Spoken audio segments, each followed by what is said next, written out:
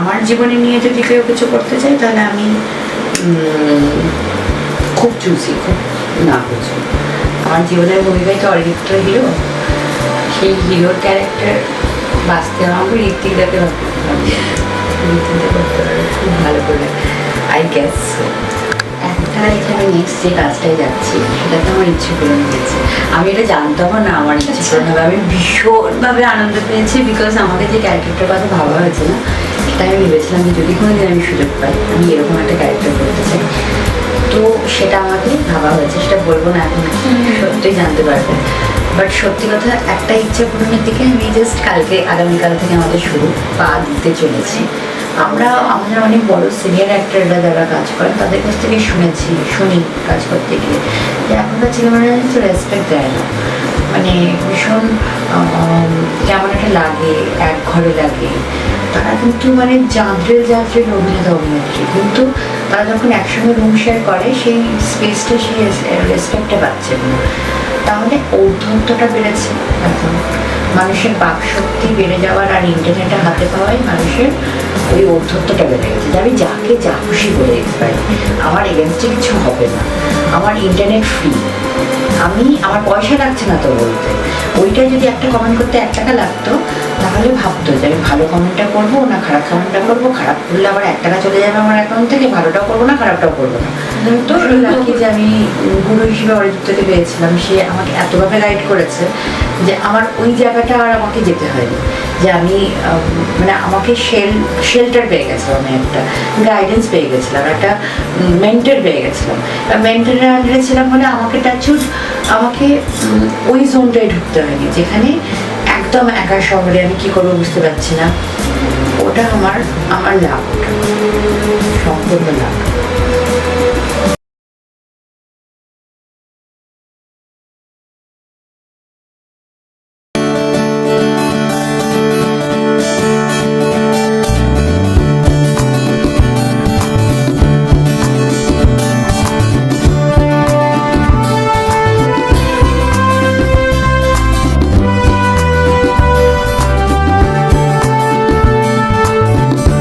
নমস্কার, আজকের আড্ডায় আপনাদের স্বাগত। আজকে আমাদের সাথে আড্ডায় এমন একজন মানুষ রয়েছেন যার অলরেডি কিন্তু আমরা তার বাড়িতে এসে উপস্থিত হয়েছি। আজকে তার অন্দরমহলেই আমরা আড্ডা দেব। তিনি যেমন একাধারে অভিনেত্রী, তার সাথে সাথে কাস্টিং ডিরেক্টর, এবং তার কিন্তু অনেকগুলো শখও রয়েছে যেগুলো উনি কিন্তু নিজে বাড়িতে, ওনার সাজসজ্জা দেখে আমরা বুঝতে পারছি উনি খুব সুন্দর আঁকেন, ছবি আঁকেন। তো দেরি না করে স্বাগত জানাই আজকের আমাদের অতিথিকে, অভিনেত্রী মৌমিতা পণ্ডিত। আমরা এর আগে আপনার যে সমস্ত ইন্টারভিউ দেখেছি ওখান থেকে যেটুকু বুঝেছি যে আপনি মুর্শিদাবাদ থেকে বিলং করেন। তো মুর্শিদাবাদ থেকে কলকাতা এই জার্নিটা কিভাবে শুরু হয়েছিল? জার্নিটা ভীষণ সিনেমাটিক ভাবে শুরু হয়েছিল। ছোটবেলা থেকে ইচ্ছে ছিল অভিনয় করার। এবার অত দূর থেকে, মানে 7 সমুদ্র 11 নদী পার, যেমন আমরা গল্প শুনেছি, ওরকমভাবে উঠে এসে এখানে নিজের পরিচয় পাবো, সেটা একটা অদূর একটা স্বপ্ন ছিল। হ্যাঁ, এবার কি হয়, মুর্শিদাবাদের মধ্যেও শহরে একটা জায়গা থাকে, একটা গ্রাম্য জায়গা থাকে, মফস্বল তারও গ্রাম থাকে। তো আমি সেই সদর শহর মফস্বল টপকে একদম যেটা গ্রাম, সেই গ্রাম থেকে বিলং করতাম, যেখানে আমাদেরকে পড়াশোনা করতে গেলেও ফেরিঘাটের সাহায্য নিতে হতো। মানে আমাদের ওখানে কোনো স্কুল বা কলেজ ছিল না, এখনো নেই। তো আজ থেকে 20-25 বছর আগের স্বপ্নটা যেন আরো, তখন ইন্টারনেট নেই, তখন যোগাযোগের মাধ্যম নেই, শুধু ইচ্ছেটা ছিল।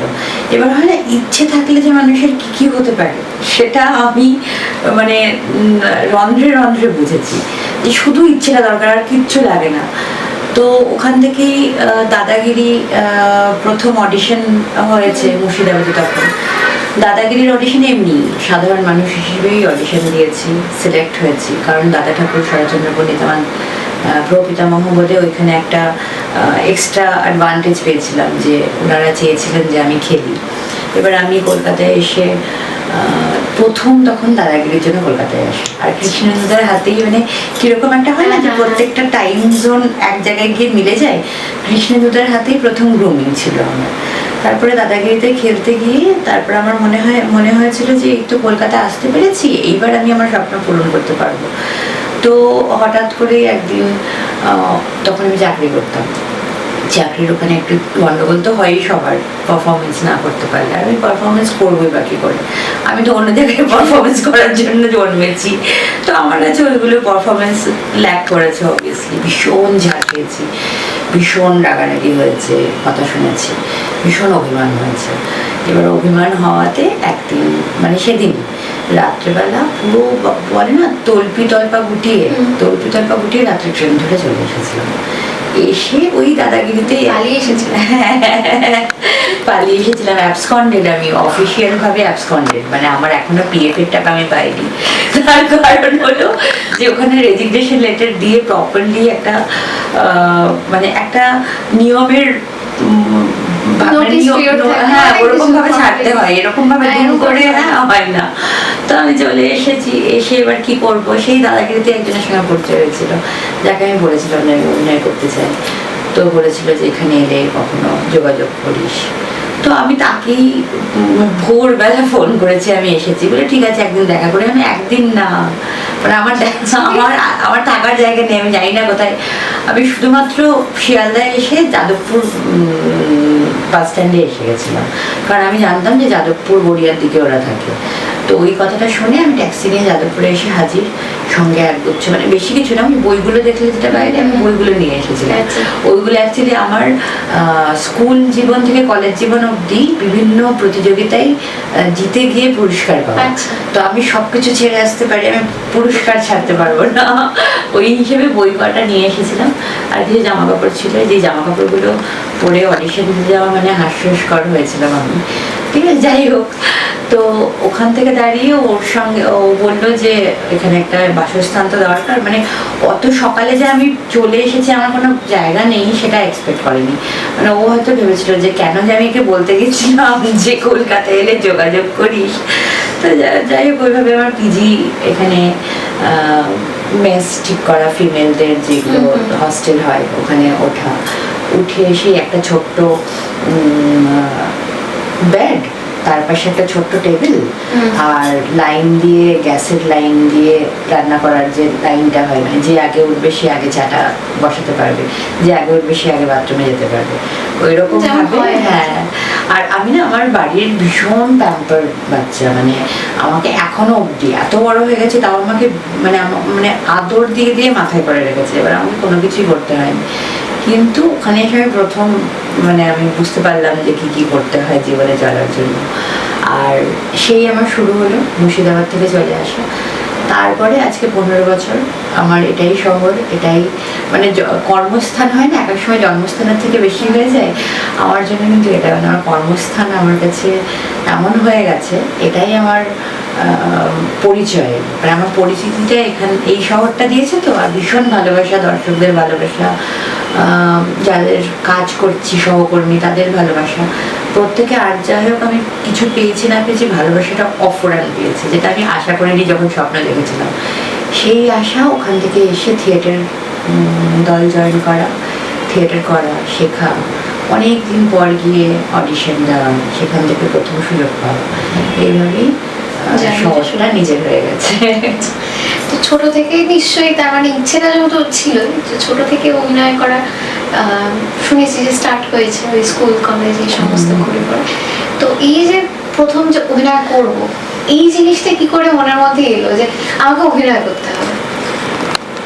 সত্যি মানে আমি না গোবিন্দার নাচ দেখতাম, কারিশমাকে নিজে ভাবতাম, ঠিক আছে, মাধুরীর নাচ দেখতাম, নিজেকে মাধুরী ভাবতাম।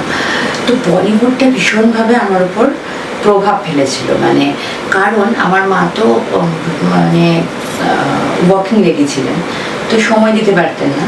এবার বাবাও কাজে বেরিয়ে যেতেন, তো আমি না টিভি চালিয়ে বসে থাকতাম, মানে পড়াশোনাও করতাম আবার টিভিটাও দেখতাম। এত টিভি দেখতাম, তখন চিত্রাহার, রঙ্গোলি, আমাদের তো তখন আর এতগুলো অপশন ছিল না। টিভি দেখে দেখে দেখে দেখে ওই গানগুলো দেখতাম, ওইগুলো নকল করতাম, মাথায় গামছা দিয়ে ঘোমটা বানিয়ে ঘুমঘাট কি আর সে দিলবার কা নাচ করছি। তো ছোটবেলা থেকে এটা হয়েছিল।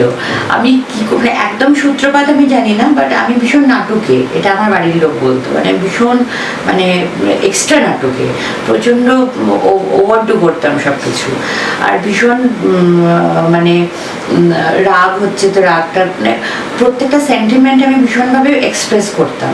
তো সেখান থেকে দাঁড়িয়ে আমার স্কুল, যখন আমি স্কুল প্রথম গোয়াজুলাইক হতো, গোয়াজুলাইকে বিভিন্ন ক্যারেক্টার সাজা, ওগুলোতে আমি খুব মজা পেতাম। তারপর আমি নিজেকে, আমার ভাইয়ের ওপর এক্সপেরিমেন্ট করতাম। ভাইকে কখনো হনুমান সাজিয়ে রাস্তায় পাঠিয়ে দিয়েছি।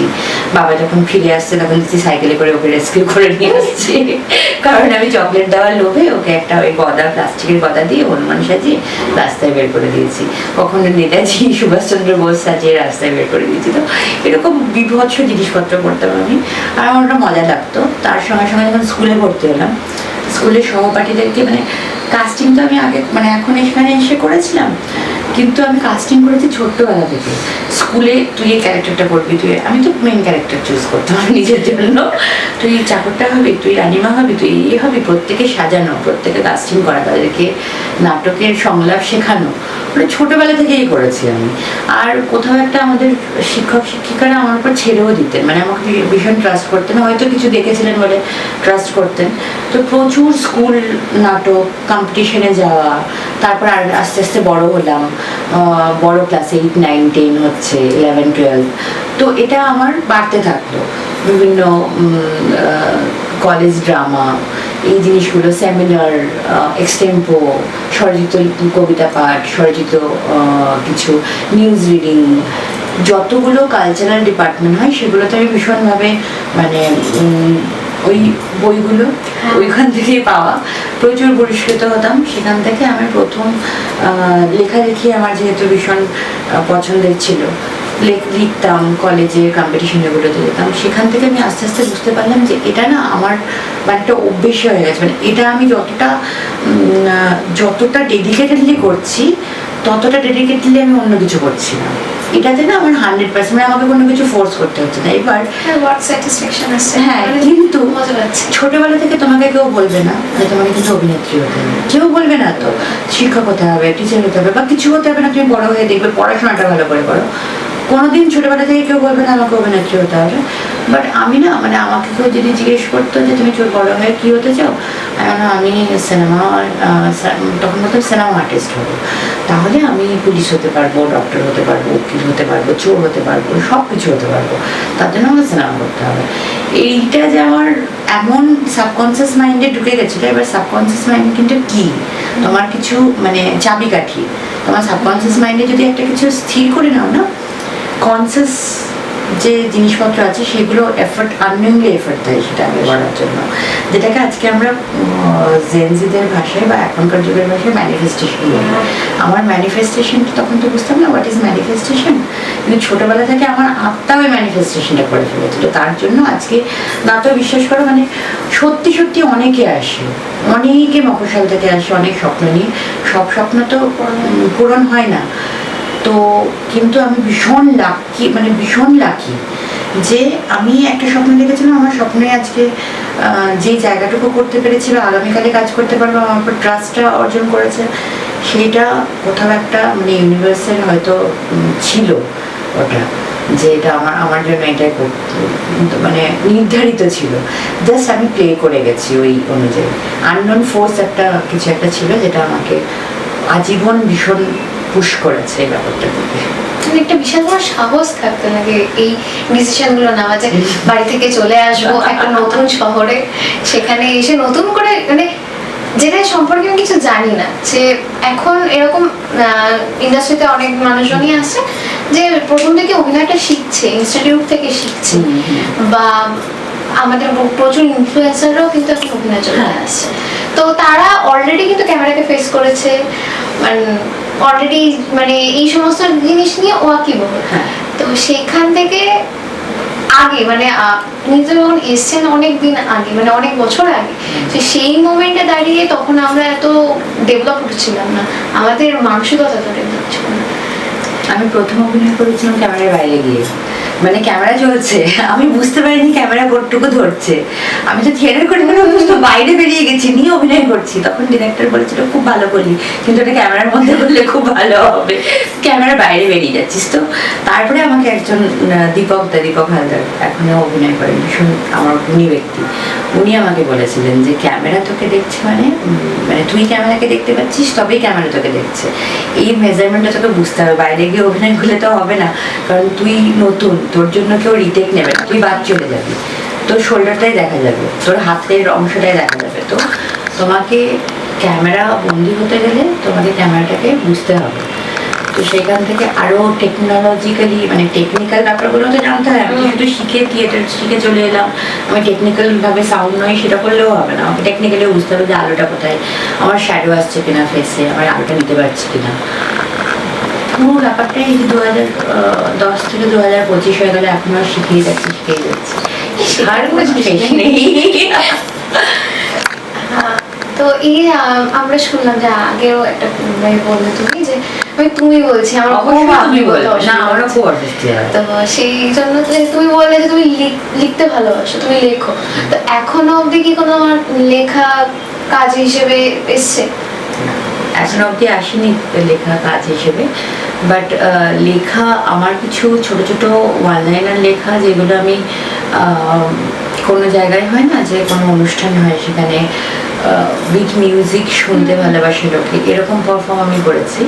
কিন্তু শ্রুতি নাট্য না, এটা কিছু ছোট ছোট লাইনস, তার সঙ্গে কিছু বক্তব্য, যেটা ওই হয় না যে ইন্টারাকশন সেশন, সেটার সঙ্গে কিছু একটা লাইন, সেটা অনুযায়ী সেই লাইনটা ধরো আমি তোমাকে বললাম যে আজকাল ছাদে যাওয়া মানে ওঠা হয় না, আর ডিশ অ্যান্টেনার যুগ শেষ, তাই ছাদে ওঠা হয় না।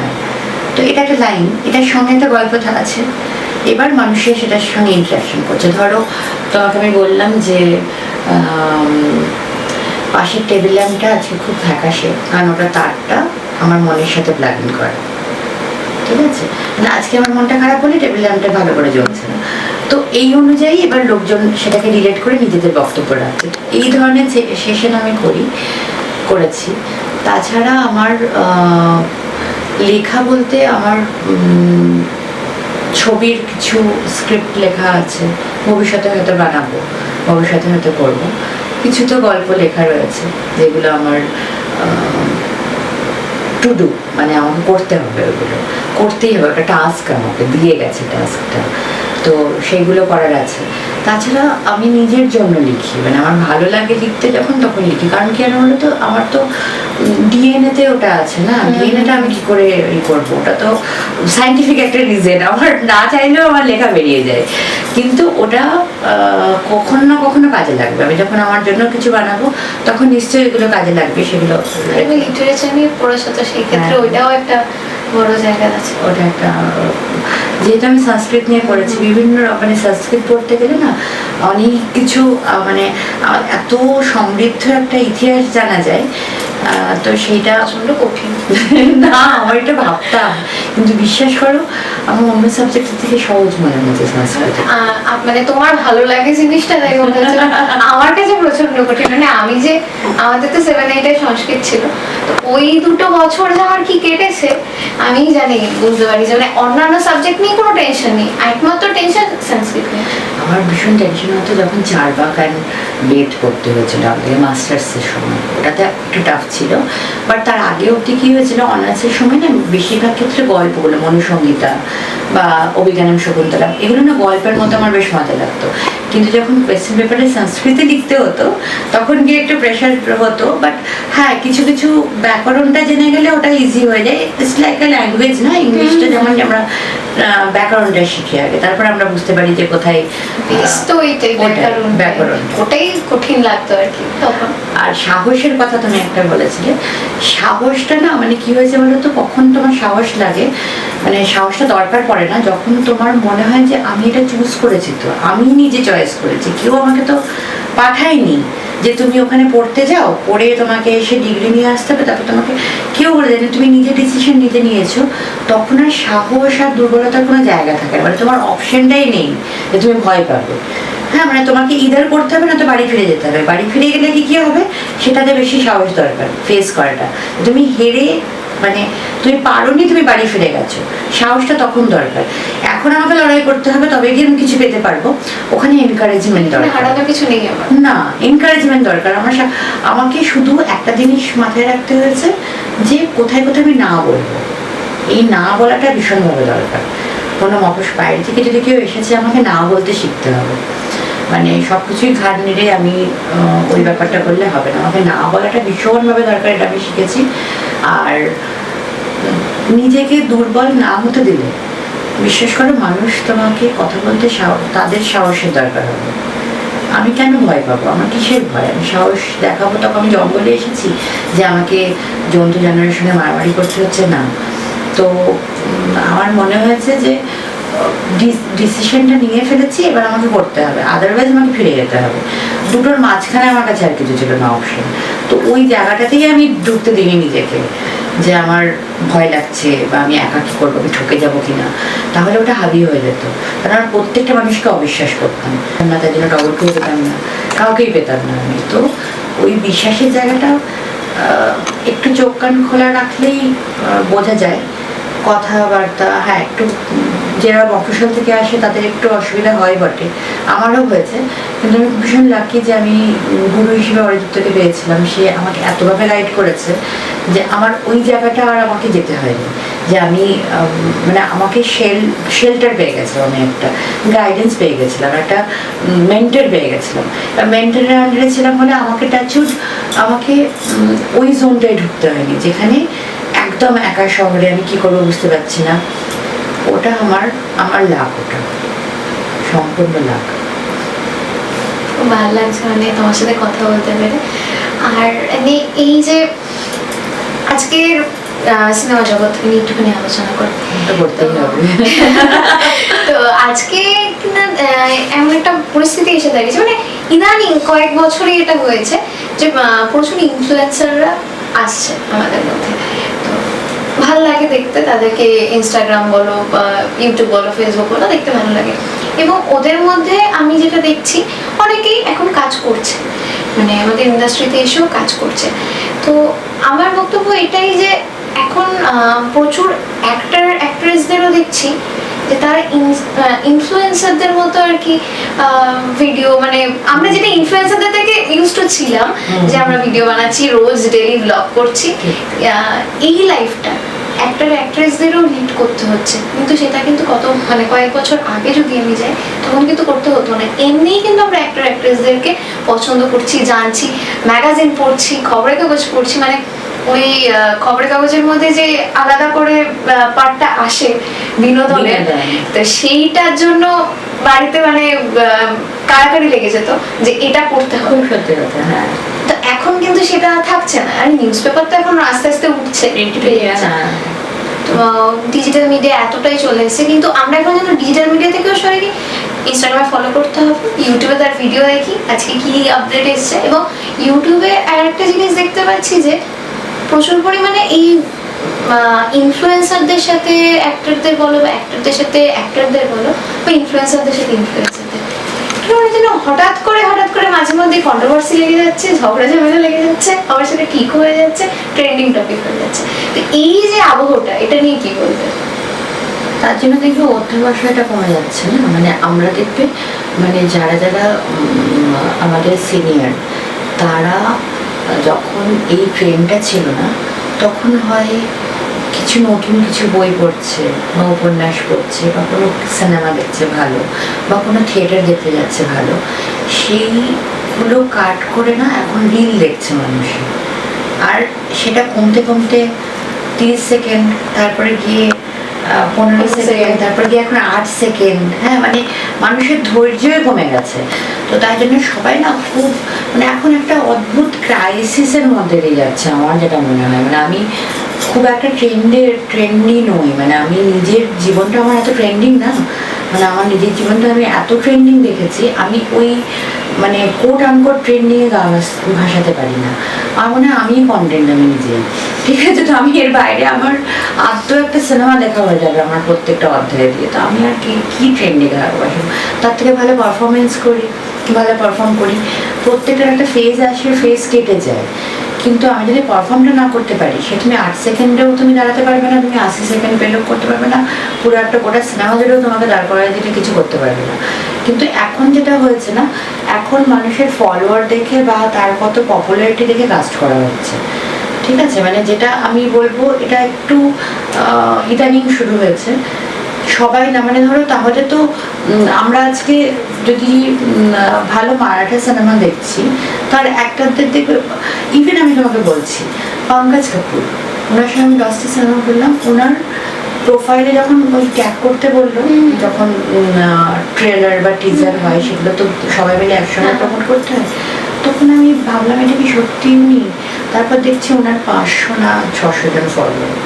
তারপর যখন বিনোদ হয়নি পঞ্চায়েতে, তখন তো ওর ইনস্টাগ্রামটাও তো ছিল না। তো এটা এরিয়া ওয়াইজ ডিপেন্ড করে আছে যে তুমি কিরকমভাবে মানে জগৎটাকে ডিল করছো, প্রডিউসার বা কোনো হাউস কিরকমভাবে ডিল করছে। কেউ পারফরমেন্সের উপর জোর দিচ্ছে, সেখানে ইনস্টাগ্রাম এমনি হয়, যেমন বিনোদন জগতের আমরা ওই কলামটা দেখার জন্য কারাকারি লেগেছিলাম, তেমনি দর্শক এমনি ওকে খুঁজবে, সার্চ করবে যে কোথায় গিয়ে তাকে পাওয়া যাবে। তো সে যদি বসে বসে একটা উপন্যাস করছে, সেই ভিডিওটা দেখার জন্যও কারাকারি লেগে যাবে। তার জন্য আলাদা করে অ্যাক্টরদের কেন কন্টেন্ট বানাতে হবে?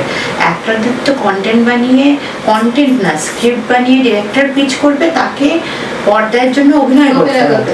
কিন্তু আমি যদি আজকে আমাকে কন্টেন্ট বানাতে হবে, আমাকে রিচ বাড়াতে হবে, এইটার জায়গায় চলে গেলাম, তাহলে কোথাও মনে হচ্ছে না যে অধ্যাবসায়টা আমাদের খামতি থেকে যাচ্ছে। মানে আমরা সারাদিনে ভাবছি, মানে আমরা আমাদের ক্রাফটের দিকে ভাবছি কম, কন্টেন্টের দিকে ভাবছি বেশি।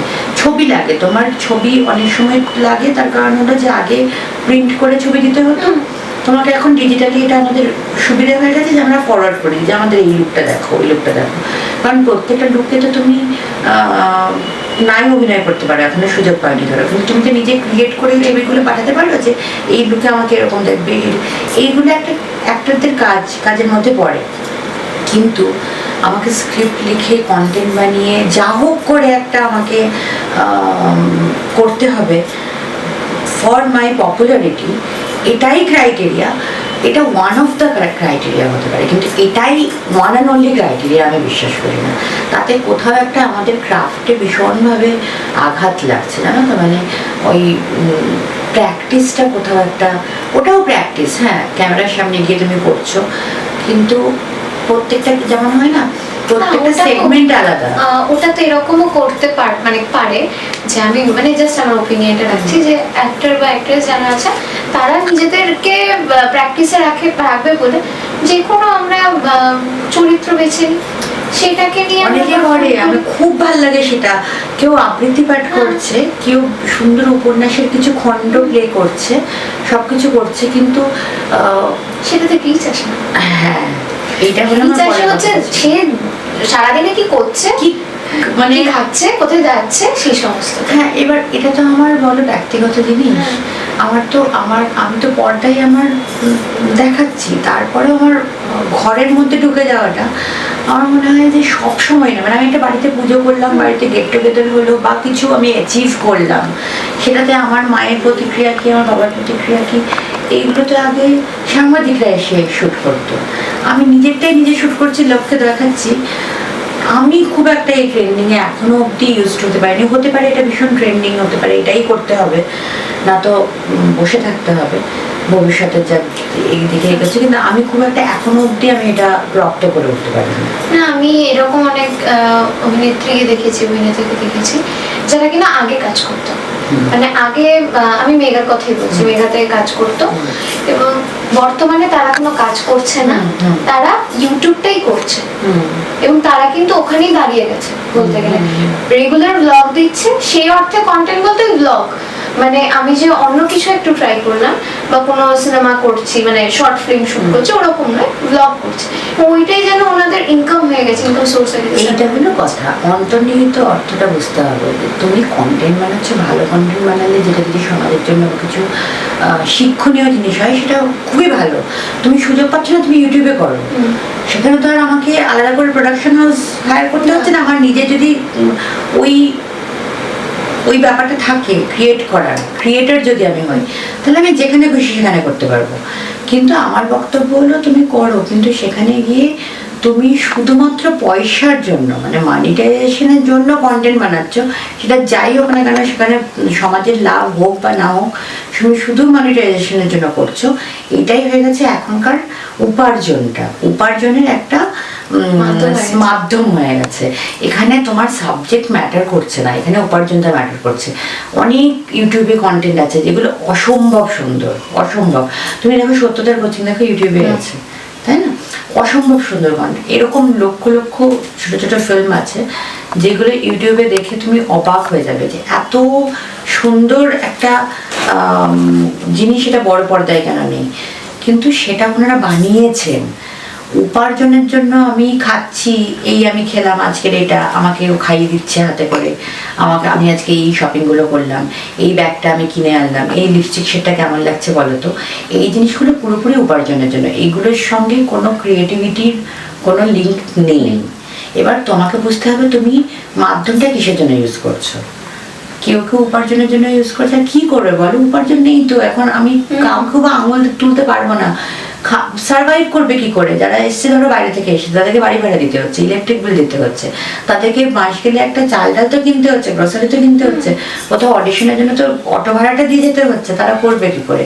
তারা যখন একটা দুটো করে অর্থ উপার্জন করতে পারছে, তারপর সেখান থেকে যখন অনেক অর্থ উপার্জন করতে পারছে, আসল সবটা যেন কোথাও একটা ফেড আউট হয়ে যাচ্ছে। কি বলছে, এই তো আমি অর্থ উপার্জন করতে পারছি, তাহলে আমি এইটাকে ধরবো। এখানে তো অনেক স্ট্রাগল। এই যে মানে আমি কোনটাকে আঁকড়ে ধরে থাকবো, মাটি আঁকড়ে, ওই নির্বাচনের জায়গাটাই কিন্তু ভেস্তে দিচ্ছে উপার্জনের পথ খুলে গেছে বলে। সেখানে কোথাও একটা স্বপ্নগুলো হারিয়ে যাচ্ছে।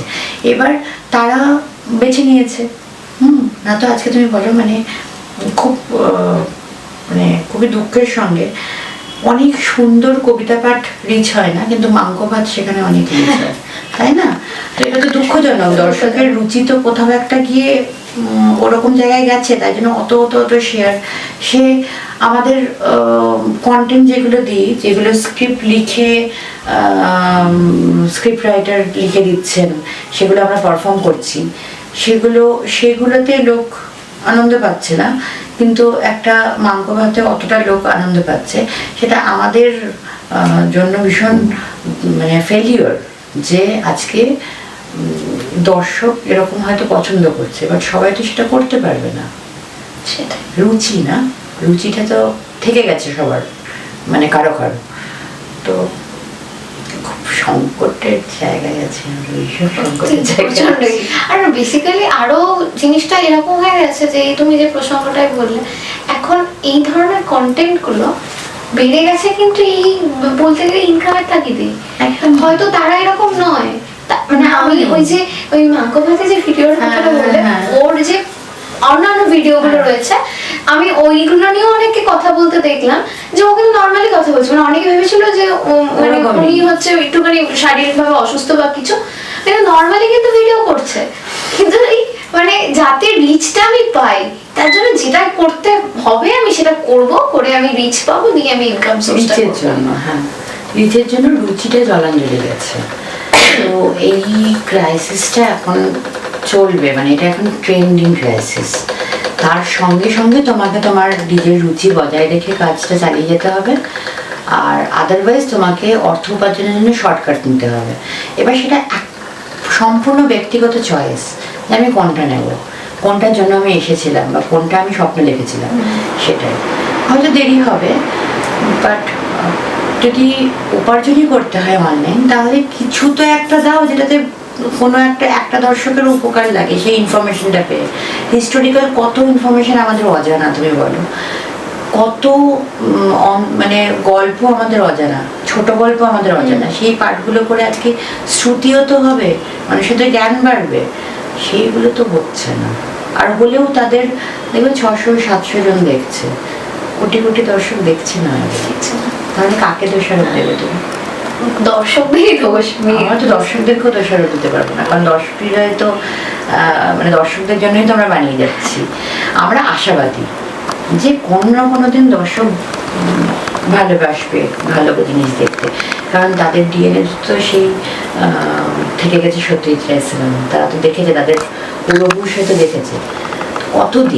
কতদিন এই 8 সেকেন্ডের কন্টেন্টে মানুষ মনোরঞ্জন হবে জানি না, কিন্তু আমাদেরকে করে যেতে হবে যে কাজটা। আচ্ছা, নতুন যারা আসতে চাইছে অভিনয় জগতে, তাদের জন্য কিরকম পথ বেছে মানে কিরকম ভাবে তাদের এই রুট ম্যাপটা সাজানো উচিত বলে তোমার মনে হয়? বা তুমি যে বললে যে কোনো মা বাবা বলে না, আমাদের ছোটবেলা থেকে শেখানো হয় না যে তোমাকে অ্যাক্টর বা অ্যাক্ট্রেস হতে হবে, তো যদিও মানে ছোটবেলা থেকে যে একটা ইচ্ছা থাকে মনের মধ্যে আমি গ্ল্যামার ওয়ার্ল্ডে যাবো, অ্যাক্টিং করব, তো এই যে তার রুট ম্যাপটা কিভাবে সে সাজাবে বা মা বাবাকে কিভাবে কনভিন্স করবে? আর মানে এখন যেহেতু আমরা ইদানিং দেখছি যে ইদানিং 2-3 রকমের আমরা কাস্টিং দেখছি। এক হচ্ছে যারা ইউটিউবে নিজস্ব কন্টেন্ট বানাচ্ছে, তারা নিজেরাই ভালো গল্প বানিয়ে পোস্ট করছে এবং সেটা আমরা দেখছি, আমাদের ভালো লাগছে, সেখান থেকে সেটা কোনো ডিরেক্টরদের চোখে পড়ছে দিয়ে তারা কাস্ট হচ্ছে, এটা হচ্ছে একটা। আরেকটা হচ্ছে যারা কিন্তু কোনো অ্যাক্টিং স্কিলের ভিডিও করছে না, অনলি এমনি ভিডিও করছে, ডান্স ভিডিও বলো, বা তাদের ফেস ভ্যালু দেখে আমরা তাদেরকে কাস্ট হিসেবে পাচ্ছি। আরেকটা হচ্ছে যে যারা কিনা শিখছে অভিনয়টা, কারণ এখন প্রচুর ইনস্টিটিউট, আমি মানে সোশ্যাল মিডিয়া খুলে আরো বেশি দেখা যায় যে প্রচুর ইনস্টিটিউট, সবাই শিখছে, অনেকেই শিখছে, এবং তারপর ওখান থেকে আস্তে আস্তে ছোট ছোট কাজ দিয়ে তারা শুরু করছে। তো এই যে মানে এই 3-4টে অপশন রয়েছে, তো তোমার মতে কোন অপশনটা চুজ করাটা বেটার বা কি? আমি বলবো যে এখনকার পেরেন্টসদের সঙ্গে তখনকার পেরেন্টসদের একটা বিস্তর ফারাক রয়েছে। 1 নম্বর হলো এখনকার পেরেন্টসরা কিন্তু বলে তোমাকে ইনফ্লুয়েন্সার হতে হবে, তোমাকে কন্টেন্ট বানাতে হবে। বাবা মারাই ছেলে মেয়েদেরকে সাজিয়ে গুজিয়ে তাদের ভিডিও করা শুরু করে দিচ্ছে, হাঁটতে শিখছে তখন থেকে, প্রথম কথা বলছে তখন থেকে, মানে প্রত্যেকে কিন্তু ওইটার দিকে, হ্যাঁ প্রত্যেকে কিন্তু তার পোষ্যর নামে অ্যাকাউন্ট, হ্যাঁ তার ঠাকুমার নামে অ্যাকাউন্ট, তার ভিডিও দিচ্ছে। তো এর প্রত্যেকে এখনকার সমাজ ব্যবস্থা একটু চেঞ্জ হয়েছে, এখন বলে যে তোমাকে এটা করতে হবে। তারা যখন 10 বছর পর 12 বছর পর তারা যখন বড় হবে, তারা হয়তো ওটাই প্র্যাকটিসের মধ্যে থাকবে লাইফের সঙ্গে সঙ্গে, ওটাই ট্রেন্ড হয়ে গেছে। বাট যারা সত্যি কথাই মানে ওই হয় না সাধনা, মানে প্রপারলি ডেডিকেটেডলি ওরা অভিনেতা অভিনেত্রী হওয়ার জন্য তৈরি হচ্ছেন, তাদের প্রথমে বলবো যে দেখো অনেক ইনস্টিটিউট চারদিকে গলিতে গলিতে, এবার ইনস্টিটিউট হলেই হয়ে গেল না, তুমি কোথায় শিখছো, কার কাছে শিখছো, সেটা খুবভাবে মানে প্রচণ্ডভাবে ডিপেন্ড করে। যে তুমি পয়সা দিয়ে শিখতে ঢুকে গেলে কিন্তু সে নিজেই, তুমি 5টা সত্যজিৎ রায় সিনেমা বলতে পারবে না, বাবা একটা দুটো হয়তো বললো, তারপরে মাথা তুলতে এদিক ওদিক দেওয়াল দেখছে, সিন দেখছে, এরকম আমি দেখেছি। তারপর ইনস্টিটিউটের নামে জঘন্য জিনিসপত্র হচ্ছে, সেটাও দেখেছি। কন্টেন্ট তৈরি হচ্ছে, যে যার মতো উল্টোপাল্টা নাচছে, উল্টোপাল্টা অভিনয় করছে, মাথায় সেজে ঘুরে বেড়াচ্ছে, এই করছে ওই করছে, সব এগুলো আপলোড করছে, লোকে যা তা বলছে, সেটাও কিন্তু চলছে ইনস্টিটিউটের নামে। কিন্তু তার মধ্যেই অনেকজন আছে মেন্টর যারা ওয়ার্কশপ করাচ্ছেন, সেই ওয়ার্কশপগুলো অ্যাটেন্ড করো। থিয়েটারটা বেসিক হলো থিয়েটার, তুমি থিয়েটারটা জয়েন করো, তাতে তো তোমাকে পয়সা দিতে হচ্ছে না, তোমার কন্টেন্ট ঠিকই হচ্ছে না, বাট তোমার যে ওই ব্যাকরণ, তুমি একটা ব্যাকরণ, ওই ব্যাকরণটা দরকার হলে সব ল্যাঙ্গুয়েজ ইজি হয়ে যায়, তেমনি থিয়েটারটা হলো ল্যাঙ্গুয়েজে ব্যাকরণটা শিখে গেলে তুমি যে কোনো খাদে নিজেকে ফেলতে পারবে, তুলে ধরতে পারবে, এটা হলো এক। দ্বিতীয়ত হলো ইনফ্লুয়েন্সাররা অনেক সময় যারা ভালো অভিনয় করছে, তাদেরকে কাস্ট করা হচ্ছে, তারা হয়তো অভিনয়ের সুযোগটা পায়নি বলেই তারা নিজেদের ওই কন্টেন্টটা, সুন্দর কন্টেন্ট আমাদের দেখতে ভালো লাগে না। এই যে ইউটিউবে যে লাফটার সিনের যে হ্যাঁ, মেছো না একটা আরেকটা ছিল মেছো মেছো মেছো মেছু তো ভালোই হয়েছে, তার আগেও অনেকগুলো ছিল, ওই ছোট ছোট ছোট ছোট ছোট ছোট ছোট হয়েছে, যেটাতে ওই রান্না নিয়ে একটা ছিল। তো আমরা অনেক এরকম এইতেও আছে, হিন্দি ল্যাঙ্গুয়েজেও আছে, যেগুলো আমি দেখি, তাদের কন্টেন্টগুলো দেখতে ভালো লাগে, কারণ তাদের ক্রিয়েটিভিটিটা সেই সুন্দর জায়গায় আছে, তারা সুন্দর করে বানাচ্ছে, দর্শকদেরকে ওইটুকু সময়ের মধ্যে সুন্দর সুন্দর পার্ট 1 পার্ট 2 পার্ট 3 করে তারা তো খরচাটা করছে, তারা রোজগার করছে, কিন্তু তারা রোজগার করে করছে এইসব করে না, আমি ভাত করলাম, আমি ভাত খাচ্ছি, আমি এই জল খেলাম, এগুলো করে না। তারা বাকায়দা direction, light, cinematography, costume, acting, প্রত্যেকটা ডিপার্টমেন্ট করে কিন্তু একটা সুন্দর ভিডিও তোমাকে দিচ্ছে প্রেজেন্ট করছে। এবং সেটা কিন্তু ওই মানে সেটার জন্য কিন্তু সেই মানে খুব বড় বাজেট আছে বা কিছু আছে, না, কিচ্ছু না, একদম ঘরের মধ্যে। আমাদের বেসিক্যালি আমি যে জিনিসটা দেখলাম, এটা লাভ টেশনের থেকেই যেন জিনিসটা ট্রেন্ডিং এ উঠে গেল, যে আমি রিল দেখে দেখে একটা পুরো গল্প শর্ট ফিল্ম তৈরি হয়ে গেছে। এবার যারা করছে তারা অ্যাকচুয়ালি অ্যাপ্রিসিয়েট করার মতো, যাদেরকে আমি অ্যাপ্রিসিয়েট করবো না কেন, সেটা তো আমার অন্যায়। ভুলকে যদি আমি ভুল বলছি, তাহলে যারা সঠিক জিনিস করছে তাদেরকে আমি অ্যাপ্রিসিয়েট করতেই হবে।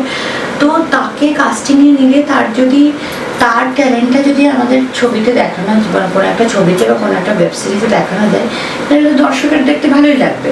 তার রিচ থাক না থাক ওটা পরের গল্প, সে যেটা করছে সে ডেলিভার করে দেখিয়েছে। নিজে তোমরা সুযোগ দাওনি, হাউসগুলো তখন এসেছিল ওকে প্রডিউস করেছে যে আমি ফিনান্স করছি, তুমি এইটা বানাও, ওদের নিজের বাড়িতেই বানিয়েছে নিজেরই করে। প্রথম ভিডিওটা তো নিজে ইনভেস্ট করেছে, দ্বিতীয়টা 50তম ভিডিও নিজে ইনভেস্ট করেছে, তারপর কি 51তম ভিডিওতে হয়তো একটা কোলাবোরেশন পেয়েছে, 75তম ভিডিওতে হয়তো একটা ছোট্ট ফিনান্স পেয়েছে।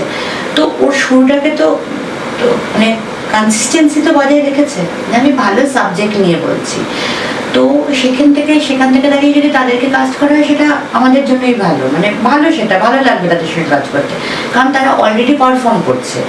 কিন্তু আমার বক্তব্য হলো, যারা পারফর্ম করছে না, কিচ্ছু করছে না, জাস্ট উল্টো পাল্টা, মানে যা হোক তাই করে দিয়ে আমি জাস্ট ক্যামেরাটা অন করে রাখছি, এইটাতে আপত্তি আমার। ভালো লোক, ভালো ট্যালেন্ট বেরিয়ে আসুক, তার থেকে ভালো। আমাদের সময় ইন্টারনেট ছিল না, আমরা ওই সুযোগটা অনেক লেটে পেয়েছি। আজকে ইন্টারনেট আছে, আমরা প্রত্যেকের জায়গায় পৌঁছে যেতে পারছি একটা ছোট্ট ক্লিকে, সেটা তো ভালোই, কিন্তু সেটাকে একটু প্রোডাক্টিভভাবে ইউজ করলে অনেক ভালো অ্যাক্টার, সিঙ্গার্স, তুমি বলো কত স্ট্রিট সিঙ্গার্স, কত ট্যালেন্টেড, সব আমরা ভিডিও দেখে অবাক হয়ে যাচ্ছি, এত সুন্দর গায় ছেলেটা বা মেয়েটা, ট্রেনে গাইছে, এই গেছে। একদম খালি গলায় আমি দেখি এখন ইনস্টাগ্রামে অনেকে গায়, আর মানে সত্যি সুন্দর গায়। মানে আমি একটা মেয়ের ভিডিও দেখি, মেয়েটি পেশায় ডাক্তার, কিন্তু এত অসম্ভব ভালো গায়, মানে কোনো গিটার বাজছে না, কোনো মিউজিক হচ্ছে না, শুধু গান গাইছে। ওই একটা বাচ্চা ছিল, দেখেছো, কিশোর এই বনগার দুই ভাই, ভীষণ সুন্দর গায়, তারা এই একটা রিয়েলিটি শোতে চান্সও পেল। তো এইভাবে যদি কেউ কোনো ট্যালেন্ট চান্স পাচ্ছে, সেটা প্রত্যেকটা জিনিসের না দুটো দিক থাকে, খারাপ দিক, ভালো দিক। আমরা খারাপ দিকটা নিয়ে যেমন কনসার্ন হচ্ছে, ভালো দিকটাকেও মানে নিয়ে আনন্দিত থাকার কথা, যে ইন্টারনেটের জন্য অনেক কিছু অনেক সহজ হয়েছে, অনেক কিছু সহজ হয়েছে। মানে আগে তুমি চিঠি পাঠাতে, চিঠিটা পৌঁছবে কিনা তা করতে করতে শ্রাদ্ধ পেরিয়ে গেছে, মৃত্যুর খবর পৌঁছয়নি। তাহলে আজকে প্রত্যেকটা জিনিসের তো ভালো দিকটা আছে অবশ্যই, তার সঙ্গে সঙ্গে শুধুই ভালো দিকটা থাকবে, খারাপ দিক থাকবে না, সেটা আমরা দাবি করতে পারি না। আমরা তো ইউটোপিয়ায় নেই, আমরা তো পৃথিবীতে আছি। তো এরকম একটা জায়গায় থাকলে ভালো খারাপ সব মিলিয়ে থাকবে। কিন্তু হ্যাঁ, আমার দর্শকের কাছে একটাই রিকোয়েস্ট, যে খারাপটা খারাপ বলেও যে আমরা শেয়ার করছি না, সেটাও অনেক শেয়ার হয়ে যাচ্ছে, তাতে উল্টে তাদেরই লাভ হচ্ছে, খারাপটা প্রমোট হচ্ছে। আমরা সেই অর্থে ব্যালেন্সটা করতে হবে, যেমন ভালোটাকেও একটু প্রমোট করি, ভালো জিনিস কিছু দেখছি সেটাকেও শেয়ার করি, সেটাকেও প্রমোট করি, তাহলে অনেক ট্যালেন্ট উঠে আসে। মানে এখন যারা মানে আমরা যেটাকে এখন কোটানকোট খারাপ বলে এখন বলছি, সেইগুলোকে মানে মানুষ শেয়ার করছে কিন্তু একটা মজার জন্য, যে মজার জন্য বা বাজে হয়েছে তাই শেয়ার করলাম, যে আরো মানুষজনকে দেখে যে কতটা বাজে হয়েছে, কিন্তু যেটা আমি ভালো দেখছি সেটা হয়তো আজকে বন্ধুরা মিলে বসে আছি আলোচনা করছি, এটা খুব ভালো ছিল, কিন্তু সেইটা যে আমার সোশ্যাল মিডিয়াতে পোস্ট করে দেওয়া, যে আমি ওইটুকু সম্বন্ধে কেন শেয়ার করলাম, আমার বাকি ফ্রেন্ড লিস্টেও দেখাই যে এটা আমি দেখেছি, এটার একটা রিভিউ আমি লিখে দিলাম। একদম দেখবে মানুষ না খুব স্ক্রোল করে চলে যায়, কি একটা রিভিউ মানে একটা কমেন্ট যদি ভালো লাগলো, সেটা তো আমার কমেন্ট করলাম একটা যে এটা খুব ভালো লেগেছে আমার, সেটা আমরা কোথাও ল্যাক করি। হ্যাঁ ঠিক আছে, ভালো লেগেছে নিজের মধ্যে থেকে গেল, খারাপ লাগলে সেটাকে আবার বলি। এত বড় লিখে আমার খারাপ লেগেছে এটা, ঠিক আছে, এটা জঘন্য হয়েছে, এই ওয়ার্ডটা এরকম হবে না, এই ওয়ার্ডটা বাংলা জানে না, এইটা জানে না, এই ড্রেসিং সেন্স নেই। হ্যাঁ ওনাকে একটা আমি আজকে খুব অবাক হলাম, ভেটেরিনারিয়ান অ্যাক্ট্রেস এখনো অব্দি বেঁচে আছেন, উনি অভিনয় করছেন, উত্তম কুমারের নায়িকা, তাকে নিয়ে মানুষ ছাড়ছে না। আমি আস্তে আস্তে মেট্রোতে দেখছিলাম মানে কোথায় মানুষের মানে আমি কি বলবো, ভর্তি কমেন্ট। কি বলবো মানে দুঃখজনক না এটা, বলো তো, মানে ওনার কি এটা প্রাপ্য তুমি বলো তো দেখি। এবার কি বলবো মানে এটা এটা একটা আমার টাইমের মধ্যে দিয়ে যাচ্ছে, জানেন না? আবার লিখছে যে মানে ওরকম লিখেছে যে উনি খুব ভালো অভিনয় করেন, কিন্তু কি দরকার এই সমস্ত, তো তো ওটা নিজস্ব চয়েস না। এটাই কিন্তু যারা দিনের পর দিন জঘন্য জিনিসপত্র মানে সোশ্যাল মিডিয়াতে করে যাচ্ছেন বা আমাদের সোসাইটিকে অদ্ভুত একটা মানে খেলো করে দিয়েছে, তাদের মানে তাদের কাছেও হেড স্পিচ আসে, কিন্তু সেইগুলোকে বন্ধ করার জন্য মানুষ কিছু করে না, কিন্তু ভালো জিনিসের অ্যাপ্রিসিয়েট করার ওইটুকু কৃতজ্ঞতা বোধ মানুষের নেই যে ভালোটাকে আমি একটু ভালো বলি, রেসপেক্ট দিই। রেসপেক্ট তো নেই, মানে আমরা আমাদের অনেক বড় সিনিয়র অ্যাক্টররা যারা কাজ করেন তাদের কাছ থেকে শুনি কাজ করতে গিয়ে যে এখনকার ছেলেমেয়েরা তো রেসপেক্ট দেয় না, মানে ভীষণ কেমন একটা লাগে, এক ঘরে লাগে। তারা কিন্তু মানে যাত্রীর অভিনেত্রী, কিন্তু তারা যখন একসঙ্গে রুম শেয়ার করে সেই স্পেসটা সেই রেসপেক্টটা পাচ্ছেন না। তাহলে ঔদ্ধত্যটা বেড়েছে, এখন মানুষের বাকশক্তি বেড়ে যাওয়ার আর ইন্টারনেটে হাতে পাওয়ায় মানুষের ওই ঔদ্ধত্যটা বেড়ে গেছে যে আমি যাকে যা খুশি বলে দিতে পারি, আমার এগেনস্টে কিছু হবে না, আমার ইন্টারনেট ফ্রি, আমি আমার পয়সা লাগছে না তো বলতে। ওইটাই যদি একটা কমেন্ট করতে 1 টাকা লাগতো তাহলে ভাবতো যে আমি ভালো কমেন্টটা করবো না খারাপ কমেন্টটা করবো, খারাপ করলে আবার 1 টাকা চলে যাবে আমার অ্যাকাউন্ট থেকে, ভালোটাও করবো না খারাপটাও করবো না। তো ঠিক আছে, না ভালো দেখে থাকতে পারছে না তখন খুব সুন্দর হয়েছে 1 টাকা চলে গেল একটা হ্যাঁ এই সিস্টেমটা তো নেই, ফ্রি অফ কস্টে মানুষ যে যা পারছে করছে, তো উল্টে আবার টাকা পাচ্ছে। তো তোমাকে যদি যা খুশি করার জন্য টাকা দেওয়া হয় তাহলে তো সমাজটাতে একটু মানে টালমাটাল তো হবেই, বাস কিছু করার নাই। আচ্ছা, আমরা ইন্টারনেট জগৎ আজকের মানে জগৎ নিয়ে কথা বললাম, এবার একটু অন্যদিকে আসি। এবার হচ্ছে তোমার আগে আমরা তোমার লুকটা দেখেছি, তোমার পিক্সি কাট বব কাট নীল রঙের চুল ছিল, তো সেরকম ওটা একটা লুক। এখন তোমাকে দেখতে পাচ্ছি একদম সে বাঙালি বলতে যেটা বোঝায় সেরকম একটা লুক। তো এরকম আরো বিভিন্ন রকম লুকে দেখি, এবং তোমার যে সমস্ত ইন্টারভিউগুলো দেখেছি, পোস্ট দেখেছি, প্রত্যেকটা আলাদা আলাদা লুক থাকে। এবার এটা তো ডিপেন্ড করে, এটা সত্যি যে তুমি লুকগুলো যেমন ট্রাই করছো যাতে তুমি কতটা ভার্সেটাইল সেটা তুমি দেখাতে পারছো। তো এক একটা টাইমে আমাদের মানুষের মধ্যে, মানে শুধু তুমি নও, শুধু অ্যাক্টর অ্যাক্ট্রেস নয়, নর্মাল মানুষদের মধ্যেও আমরা আমাদের নিজেদের লুক নিয়ে খুব সচেতন হই। এক একজন মানুষ তারা বিভিন্ন রকম হেয়ারস্টাইল ট্যাটু করায়। তো এই জিনিসগুলো কেন করায় মানুষ, মানে স্টাইলের জন্য, না সেলফ স্যাটিসফ্যাকশন, না নাকি নিজেকে নিজের প্রতি একটা মানে কনফিডেন্স পাওয়া? তোমার কি মনে হয়? খারাপ কিরকম ভাবে কেন করায় সেটা তো তাদের ব্যক্তিগত। মানে তোমার কি মনে হয় যে তুমি কি করতে, মানে তুমি যদি সেরকম থাকতে, মানে তুমি যেমন এখন একটা তোমার আমি ট্যাটু করেছি যখন, তখন আমার ট্যাটু করতে মানে তখন আজ থেকে 20 বছর আগে আমি করেছি, তখন ট্যাটু মানে ওঠেইনি, তখন করেছি। তখন আমি কলকাতায় এসেছি, বিশাল হাফ নিয়ে একটা ট্যাটু করে ফেললাম। এখন আমি সেটা সব থেকে বেশি পস্তাই, আমি ট্যাটুটা করেছি কেন, আমাকে তো অভিনেত্রী হওয়ার, আমাকে তো ওই ট্যাটুটার জন্য প্রত্যেকদিন আমার নিজের মেকআপ থেকে 25% করে মেকআপটা চলে যাচ্ছে আমার ট্যাটুটা ঢাকার জন্য, ঠিক আছে, বা আমাকে এক্সট্রা 15 মিনিট দিতে হচ্ছে ট্যাটুটা ঢাকার জন্য যেখানে আমার ক্যারেক্টার নেই। তো এগুলো একটা মানে হয় না, জাস্ট আমার ইচ্ছে হলো করে দিলাম, এগুলো হলো খামখেয়ালি আমারও ছিল প্রচুর। সেটার যখন দিনের মানে যখন আমি বড় হয়েছি, আস্তে আস্তে বুঝতে শিখেছি, তখন মনে হয়েছে যে কিছুটা শুধরাতে পেরেছি, কিছু জিনিস শুধরোতে পারিনি। মানুষ তো করতে করতে শেখে। বাট আমি বেশিরভাগ মনে হয় যে ও করছে আমিও করি, এইটা থেকে একটা হয়। দ্বিতীয়ত হলো চলো একটু এক্সপেরিমেন্ট করে দেখি, একঘেয়ে লাগছে, এরকম করলে কিরকম হয়। সে চুলের ক্ষেত্রে তো বিশেষ করে, মানে চুলের ক্ষেত্রে একঘেয়েমি কাটানোর বা ডিপ্রেশন কাটানোর বা মন খারাপ কাটানোর একটাই, আমি চুল ব্রেকআপ হয়েছে আমি চুল কেটে দিলাম। এটা আমি শুনলাম, আমি খুব অবাক হলাম যে ব্রেকআপ হয়েছে তার চুল কেটে আয় ভাই, নিজের চুলটা কেন কাটছি না।